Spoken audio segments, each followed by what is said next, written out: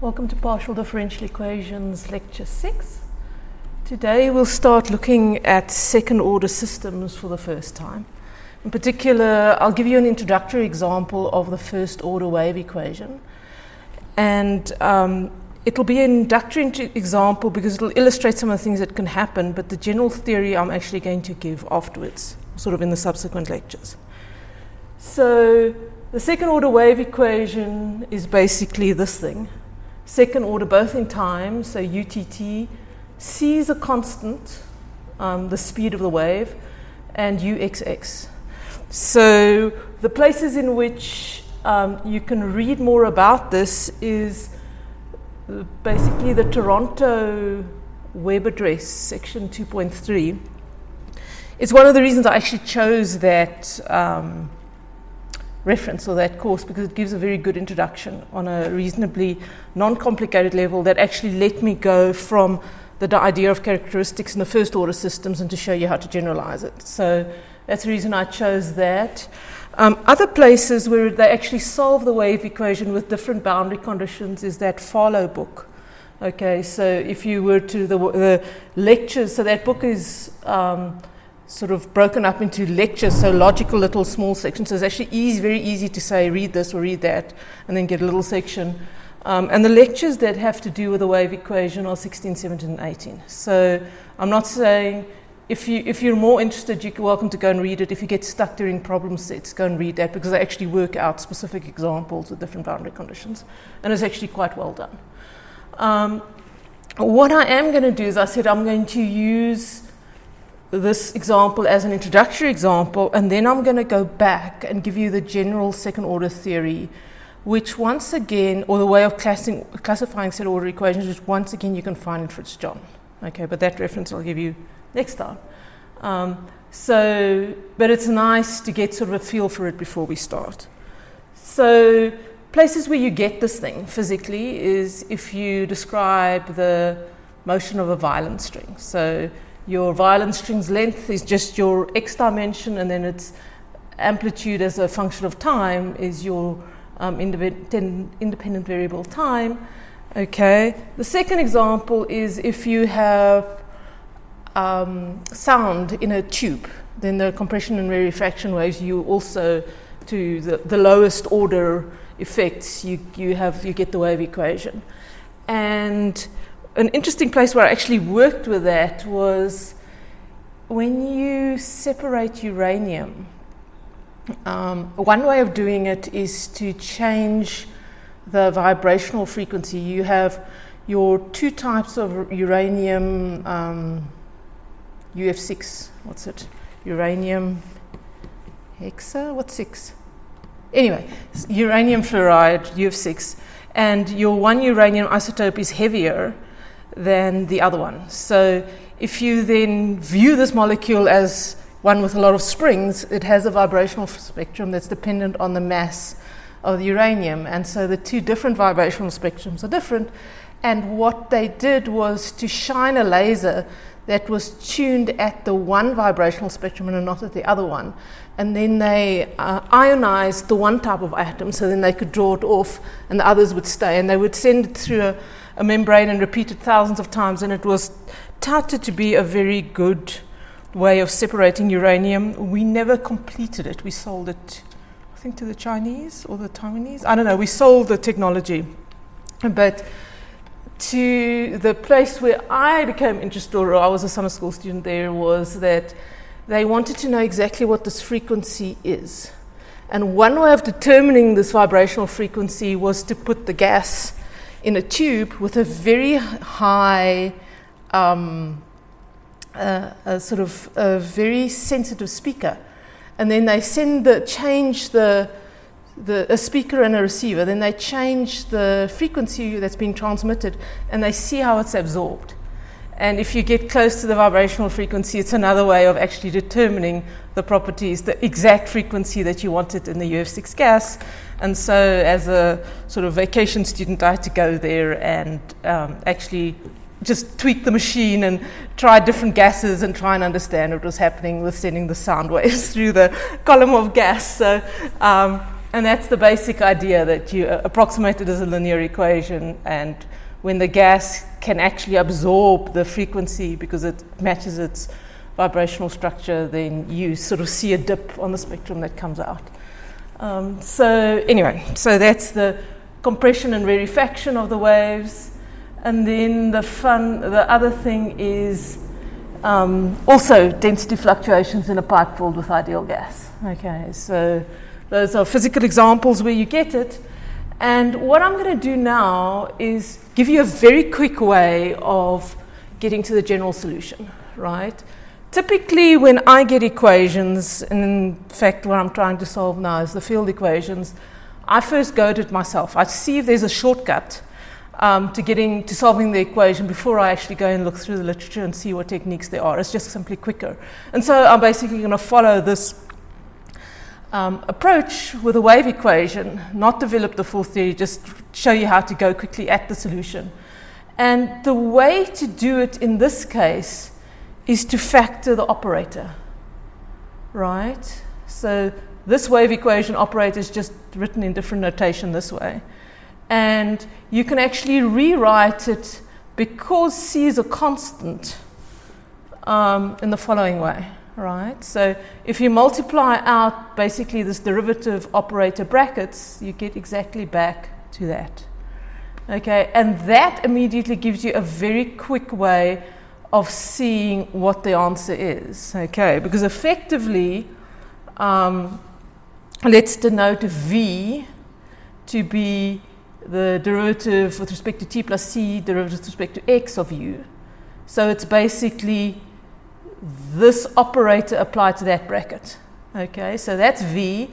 And then we take a second one, introduce a second variable, and we denote W to be basically this operator applied to u. And then you can see that what we have is the equation for V. We simply replace the second part with V, and we have an advection equation for V, okay, which we solved in the first thing. So I've reduced my problem to something I already know. And the main way in which I did it was simply to factor the operator, the catch being, in general cases, you can't easily see what the factor is. Sometimes you can, and if you do that, you can just immediately write down the answer. Other times you can't. Just the one word of caution, if you have a thing like this where C is not a constant, be careful, because then when you were to hit this operator, you'd have to actually apply it to C. Okay, so this is the one advection equation. What you could equally have done is change this order of factoring, and then you would have an advection equation for W. Okay, so if you change the order, take this bracket out to over there, then you basically introduce this W, and then you have the second advection equation. Okay, and we remember things from the advection equation that we did the first couple of lectures. One, it had characteristic speeds. And this is in characteristic lines. And this is basically what I wanted to show you. The idea of characteristics can actually be generalized from the first order equation to the second one. And remember what characteristics were. They were these lines along which, at least in the quasi-linear case, the solution remained constant. But another definition of them they were also the lines along which the Cauchy problem was ill-posed. In other words, if you had specified a Cauchy curve along a characteristic, then you could say nothing off the characteristic. In some sense, another way of looking at characteristic curves, and this is effectively what we're going to generalize formally, is that it's a curve from which there's no information can be transmitted, right? It sort of carries the nature of differential equation along it without influencing the sides. It's like self-contained curves, very similar to the geodesics that we actually looked at when we did tensor analysis. Okay, so there we now have our two advection equations. This one has characteristics that travels right. This one has characteristics that travel left. And we can now solve the advection equations. And the way we do it is we say, let V be a function of the characteristic variable, okay? And I've just played with it a little bit. I mean, usually in the last we basically called 2c phi prime the function, but I've just chosen for it to be a differential so that when I integrate it, it makes more sense. Okay, and we can similarly say, let w be this function, and so w solves that and v solves that. Okay, phi and w are arbitrary functions, and that's why I can suck the 2c and the derivative into them, and phi and psi are definite integrals. Okay, so the reason I chose them that way is that from the definitions of v and w, we can now see that this full differential equation, or well, at least from the definition of v, we have that du dt plus cux, okay, so there's the definition of v, is simply 2c phi prime, okay, exactly the definition, and that is 2c psi prime. And what we can now do is eliminate one of these derivatives and then integrate it, okay? And we're actually going to do both and then prove that they or show that they're consistent, because when you integrate something like that in a partial differential equation, you get arbitrary functions with, and then you have to use the other one to limit what that arbitrary function could possibly be. And so what we do is we say we divide the equation by c. I don't know if you don't want to write down those two, or you remember them. Let's just go back, because I forgot. I actually use these guys in the rest of the discussion. It will just be useful for you to have them as I go on.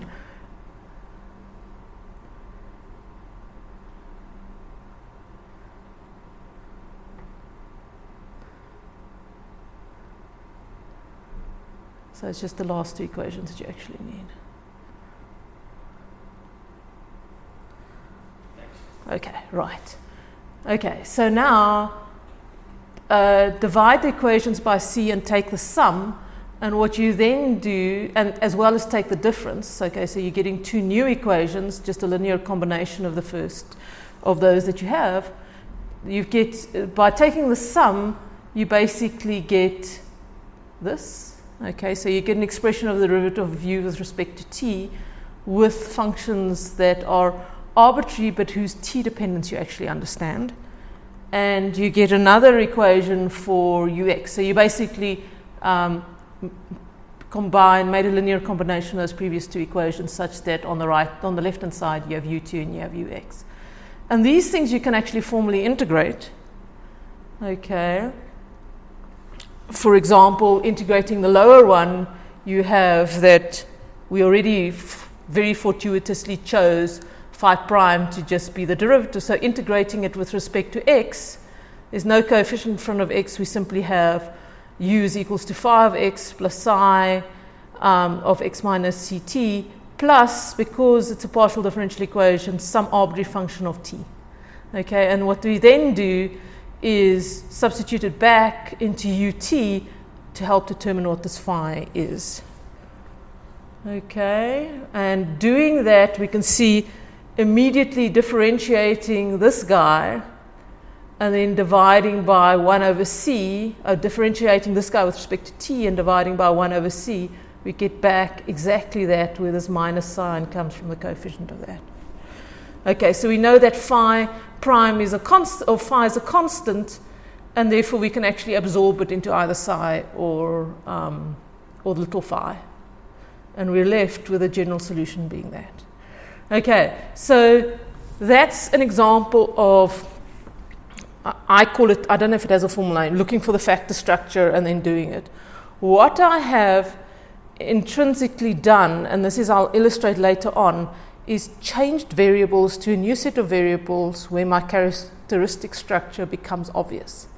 Okay, just as what we did in the one-dimensional case, where we were actually picking those s and t variables.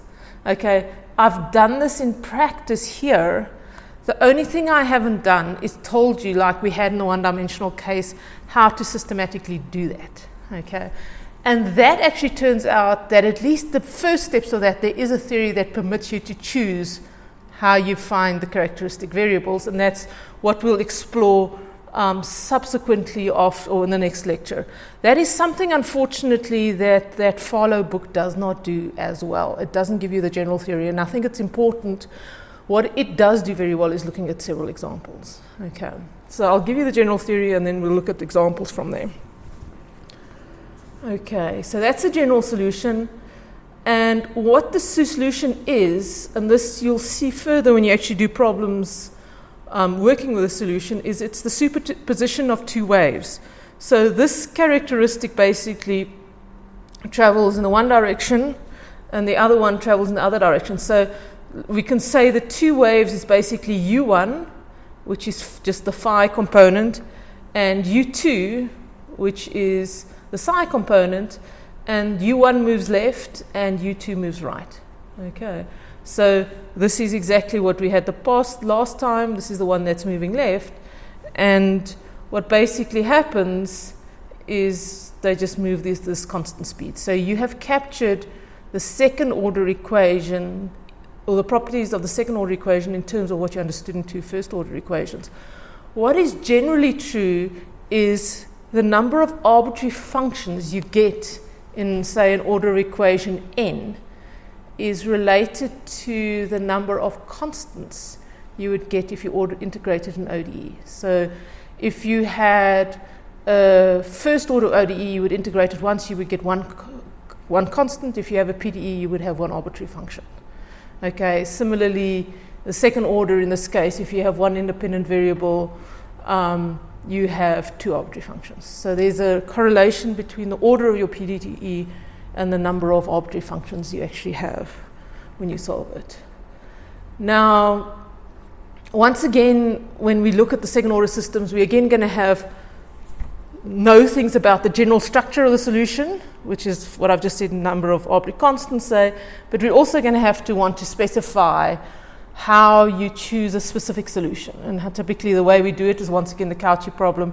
You specify an initial data, and then there are certain types of data you can specify that are consistent, that will give you an answer, and the other ones that are inconsistent. And typically what happens is, once again, just as the number of constants you specify to go from an indefinite integral to a definite one, it's exactly the same. So for a second order system, you have to specify not only the time equals 0 slice if you're doing an initial value problem, but you also have to specify the derivative. Okay, just as you have to specify two constants if you have a second order ODE. So the initial value problem for the wave equation is basically specify at time t0 the initial value as well as its derivative. Okay, so you're specifying two functions because you eventually want to fix two arbitrary functions in the general solution. Okay, and the quick way we get it here is you simply substitute that into the general solution as well as its derivative, and then you can find the relationship between those functions you have specified and h. Okay, so there we go. At times t equals to 0, the general solution over here is simply phi x plus psi x, and we say no, that's equals to g. The derivative with respect to time is just c phi prime at t equals to 0 minus c psi prime at t equals to 0, so it's psi x, and that's equals to h. And what we then can do is we can then solve explicitly for phi and psi.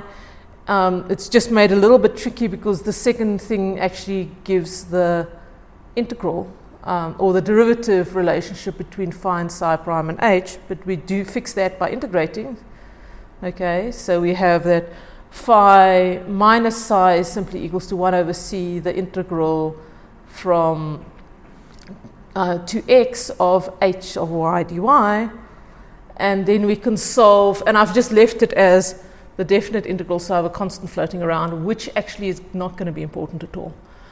So we solve for phi and psi by simply adding and subtracting this equation from that equation. So adding it basically gives you that phi is equals to a half g of x plus 1 over 2c, the integral of h of y dy. And similarly, psi is equals to a half g of x minus the integral of g of h dy, hy dy, and then we add the two together. And the reason why the arbitrary constant over here doesn't matter is you just choose it the same for both of them. And when you add these two equations together, you basically subtract this one from that one. So you're subtracting away the arbitrary constant, and you're left with this expression. Okay. So we have that we now have this top thing defines the structure of the functions. To get the general solution, we have to change the argument to x plus ct and x minus ct. Okay, so for the g one, it's easy. So we have x plus ct and x minus ct coming from the phi term and psi term respectively. When we start looking at this integral, we have the integral from say some constant to x plus ct minus the integral from some constant to x minus ct, but we can simply combine the two and we can get that. Okay, and this formula is D'Alembert's formula. I think it was actually derived before the general theory was known. So what happened in the development would have been very similar to what we're actually doing now, or what would have happened in development historically is very similar to what we're doing now. Somebody tried to solve those equations just by hand. They managed. The guy was D'Alembert. He was most probably studying waves because that's where the equations arrive in the first place. And he got a general formula for it.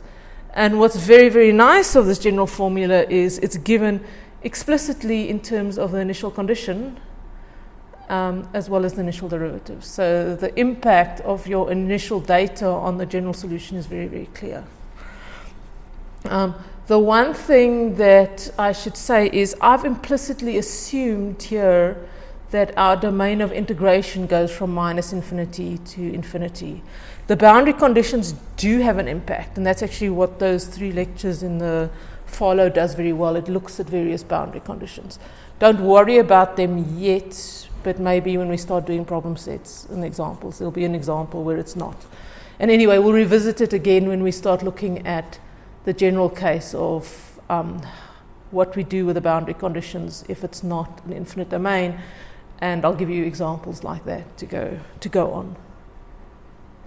Okay, so what I now want to do is I'm going to do the same thing, and it's basically going to be an introduction to the general approach. Just rewrite the equations again, but I'm going to use 2 new coordinates. So you can see I'm stepping towards actually getting the idea of the characteristic coordinates, but I just want to do it with a wave equation. So a lot of the formulas are going to be the same. It's just seeing how the equation can be written in different ways and the impact of the new coordinates. So let's basically introduce the new coordinates, xi and, where's my cursor gone? There we go. Xi and eta. Okay, so the one is the left and the one is the other is the right traveling wave. And what we do now is we try and find x and t in terms of xi and eta. So it's just the inverse transform. So x equals to a half xi plus eta, and t equals a half 1 over 2c eta minus xi. Okay. And then we want to find the new derivative. So this is mainly, I think you'll be familiar with this, but this is just mainly to get in practice of how to transform between the coordinates, because it's something you're going to be doing again and again and again when you start looking at the general case. Okay, so the chain rule, we use the chain rule for the derivative operators. So we have ddx is ddx is basically the derivative of the function with respect to c times the derivative of xi with respect to x. Okay, so the prefactor is 1. And the second one is then dd eta is plus dd eta times d eta dx. Okay, so this is the total derivative with respect to x expressed now in terms of the other 2 derivative operators. And you can do the same thing with t, The only difference being that the total derivative with respect to t is just d dx c dt, so you have a factor of c coming from there, and you have a factor of minus c coming as the prefactor of eta. Okay, and you can just then check. You can do the reverse thing as well. You can work out what dd eta is in terms of ddx and ddt by using those derivatives, and it must be the same if you add c dx plus t. Okay, so those things, you must have a constant picture when you do these transformations and just check them. Okay, and now using this, we can actually rewrite the wave equation either by simply recalling what we had, the factor form, which ironically has the exact operators, or by substituting in what ddx and ddt is, we can rewrite the wave equation like that. Okay, so here we have the factor form, and this is just dd, what do you call, what's it? Yeah, this is just dd eta, and this is just dd c, okay, with a factor of minus 2c in front and 2c over there. Okay, and so in the new coordinates, the wave equation becomes this. C is a constant that's not 0, so we simply have, that's what it is in new coordinates. Okay, so just an example of the coordinate transformation. These new coordinates, I'm going to call the characteristic coordinates because that's what they are, and in the subsequent lectures I'll show you how to find them systematically. Okay, so what we now can do is we're actually back to an equation we did as a very simple first example, I think almost in the first lecture. We choose a particular order, and we can then integrate that with respect to eta, and we have du dx c is equals to some function of xc, an arbitrary function of xc, and I've simply chosen that still to be a derivative because I'm going to integrate again. Okay, so now we basically move everything to the right, so we can write it that way. We integrate again, and we find an arbitrary function of eta as a result, and we're left with that. Okay, it's just another derivation of the thing we've already done using the characteristic equations to show you that you can do it, and to show you that in some sense this is actually the way that generalizes for most second order systems that we can actually solve. Okay,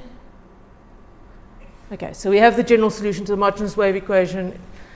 We've already derived it. This is just a second method. Okay, and it's in characteristic coordinates. Right, so what I'm going to do now is go back to Alembert's formula, except that this time I want to look at a wave equation with a source. So I don't only just have the wave equation, for example, on the violin string. I've got a dude that's bowing our violin string. Okay, so I have the bow moving up and down as a function of time, and I also have my initial data, which happens to only depend on the derivative operator, not on the forcing term, so it's exactly the same as what it was. I can rewrite the equation in terms of characteristic coordinates. Okay, typically when I change variables, you should put up it's basically a different function because you have different variables. I'm sloppy often. I just look at the variables and know that it's a different function. And what I can do now to actually try and solve it with the source is I integrate with respect to eta. So I now have uxc equals the integral of this forcing function plus this arbitrary function that I've added, effectively the constant term. I shift that to the left-hand side and integrate again, and I get that expression. Okay, so the only additional term that we have due to the source is this function that we don't know, but that we've now integrated over a specific domain for. Okay, these two guys still may remain exactly the same.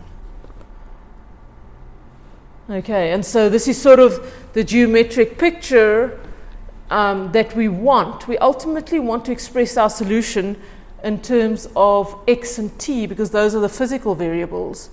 What we have at the moment is our solution expressed in terms of the characteristic variables. Okay, so it gives you some clue, because the information basically travels from your initial condition to your point of your solution along that characteristic variable, just as we had with the advection equation, where it sort of remains constant, except that you now have two contributing factors, right? You have the one, this term traveling along eta, and you have the second term traveling along c.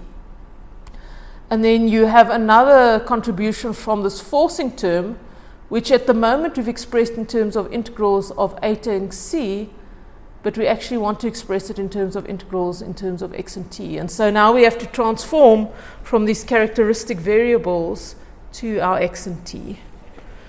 And this is just a reminder of how to do this. I think you should have seen this before, but just for to have it exactly clear, because it's something we're going to do several times, let's consider a general change of variables. So a general linear transformation from the coordinates uv to x and t, and we assume it's just continuous and one-to-one.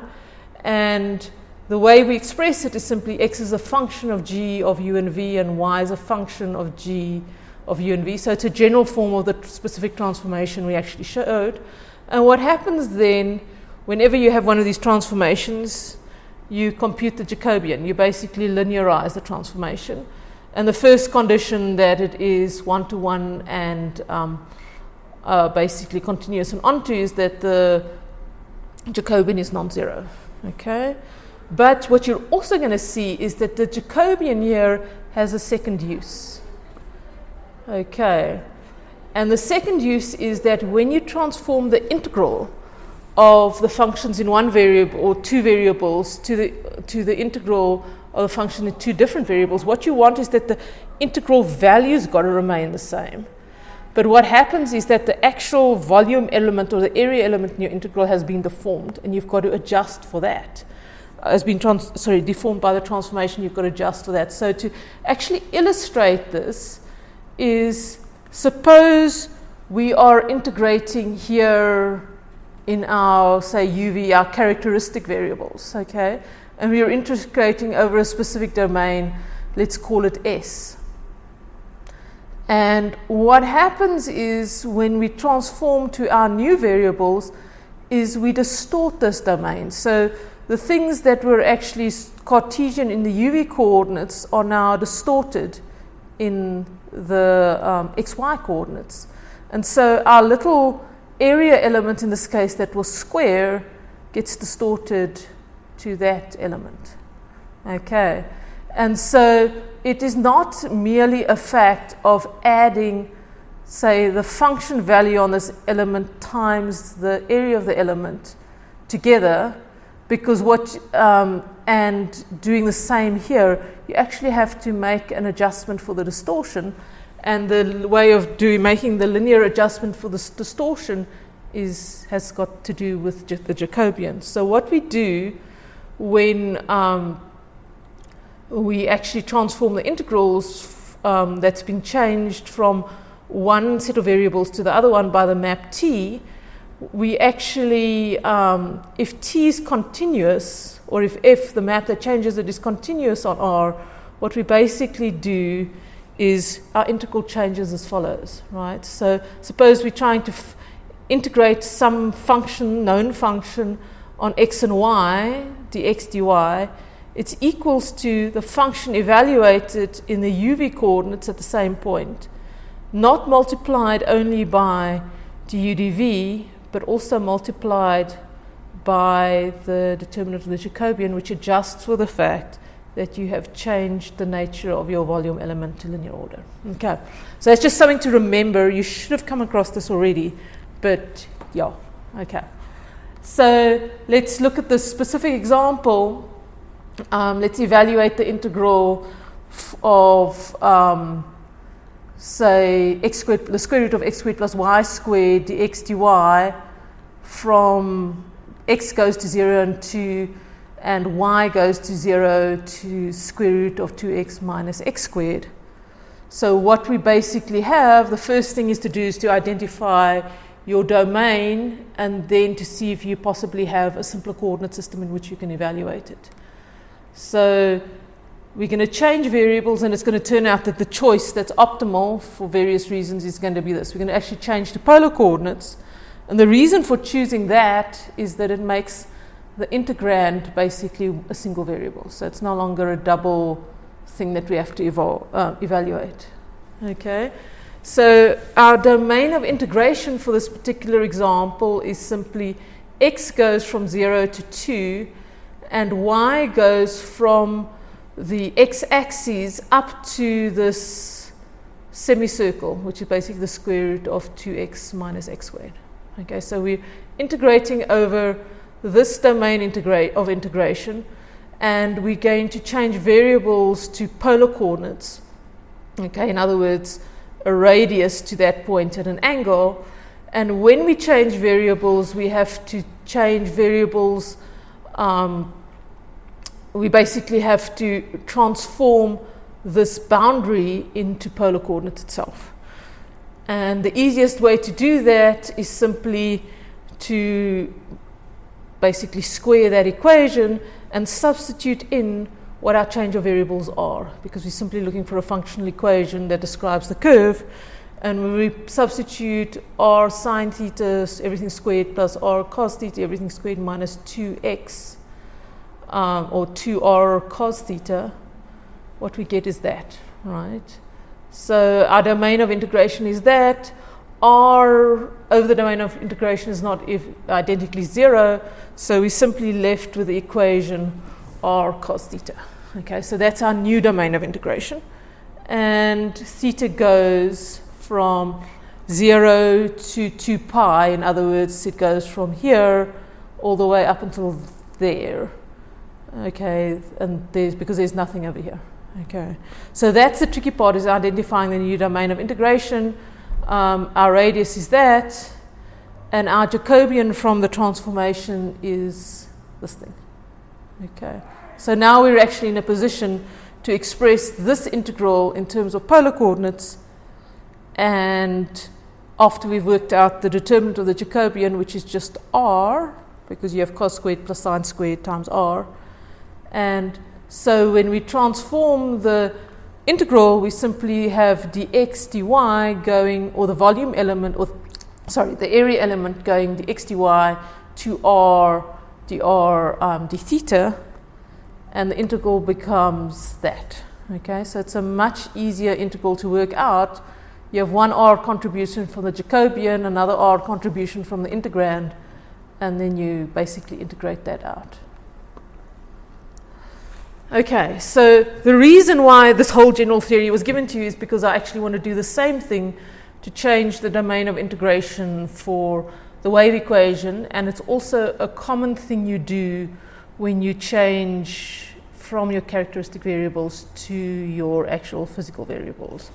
In fact, you often choose variables that are matched to the boundary. Okay, so you potentially can do a lot of change of variables in partial differential equations.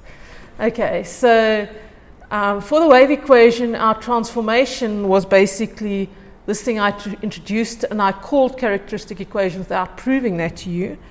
And what we wanted to do now is express this total integral that's over a domain expressed in xc and eta to something expressed, in terms of x and y.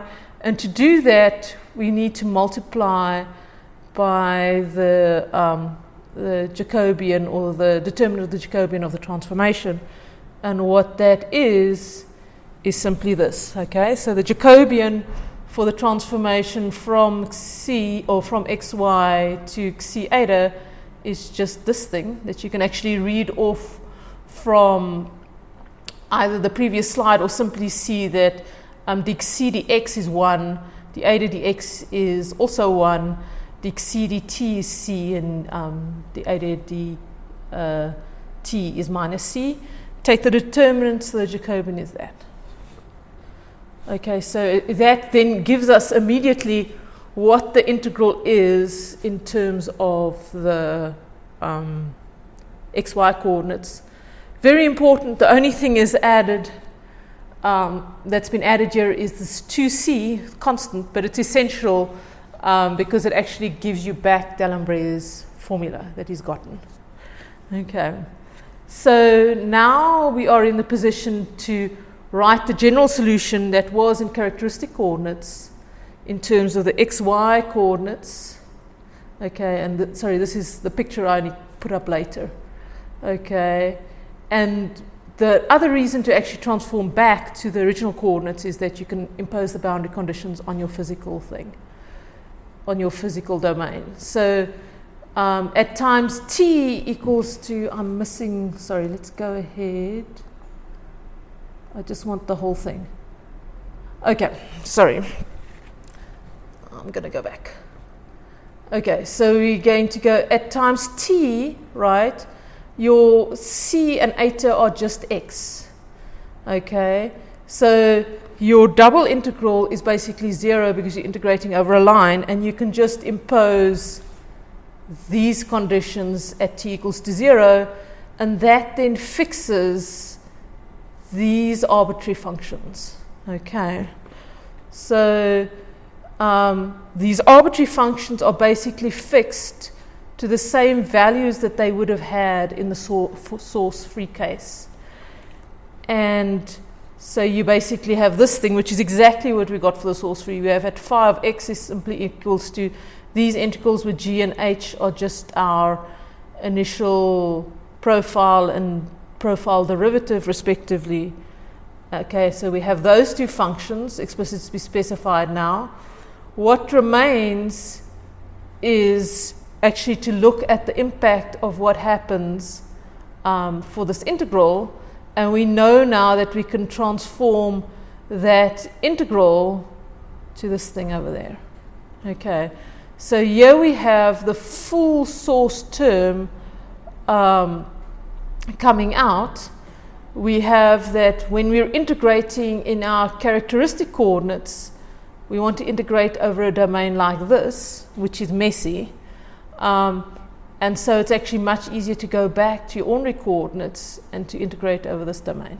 Okay, so if you look at the solution now, it has a very clear structure. It's the information from the initial condition that travels along these lines to that point x and t, just like I did with our advection equation. The integrated version of the initial derivative, okay, also travels along these lines from the initial condition over here to x and t. Okay, so the initial derivative basically is influences this whole, but you basically integrate along this bottom line, and then the condition, the impact of the forcing term is simply integrated over this whole domain. Okay, and if you look at it carefully, it actually also looks as if it's a source. And there's another principle when you do with waves that was empirically discovered that, and it was discovered if you have a wave propagating and you basically bury it so that only a little dot is available, then that each point basically serves as a source for the wave that propagates forward. So there's this principle that they had or intuitively thought out, and it was actually written down, that each point of your wave then serves as a source for the future waves, and it's just being shown exactly in these equations over here. So it's a physical principle that naturally became completely realistic in mathematics. And so just a couple of more definitions that are useful. There's our general formula written out in one nice line. If you look at it, basically, that triangle that actually influences the solution at a particular point xt, right? If you look at this formula, the only type of history that influences that thing's value is within this triangle. Okay, so this particular triangle is called the triangle of dependence for this point, right? Only initial conditions that lie on this line from eta, 0 to c, 0 will have actually any impact. And only a forcing term that lies within this triangle will actually have any impact on this particular point. And what you base that, okay, that's I've basically said. Another important thing is, and this is actually useful when you try and influence what the outcomes of big processes are, right? And how you change it to actually, how you can change your initial conditions to get a different outcome. For example, suppose you had some system where you wanted to engineer your waves that you had a particular outcome over here at some point. So there are various things you could do, right? You could actually put in a forcing term in the middle. You could bow the string with a certain tempo, or you could actually change your initial conditions over here. And both those things you could actually affect to change that value. Okay. You can actually ask a second question is, if you change a value over there, what possible points can it influence? Okay, and that's the question I'm going to ask now. So it's basically, if you change d or h near a particular point x bar, so any point, say, that we've chosen along here, it will only influence the solution at points xt such that x bar lies within their domain of dependence. Okay, so you have this second idea that if you focus on the impact of changing a specific point, what area will it influence, and then you can get that thing. So you have the idea of a domain of dependence of a specific point in the solution, but you also have the idea of a domain of dependence of a specific point in either the initial conditions or in the domain, and that looks this way. So the information from a change in the specific point will initially impact only a very small region around it, but as time goes on, it can change, it changes everything in that domain. And we call that set of points delta plus. Okay, and we call that the triangle of influence for the specific point x bar, and we observe that there's a speed limit on how there's a speed limit on what this point can influence, and that speed limit is just the speed of the wave equation, but it's also this feature that basically makes the causal structure of space and time as we know it. Okay, so these examples can actually be generalized to a 3D wave equation. And when you do that, then they become what we call in relativity a light cone, a forward and a backward light cone, of sort of the fact that you can only, if you do something here, you can only change a certain area in the future.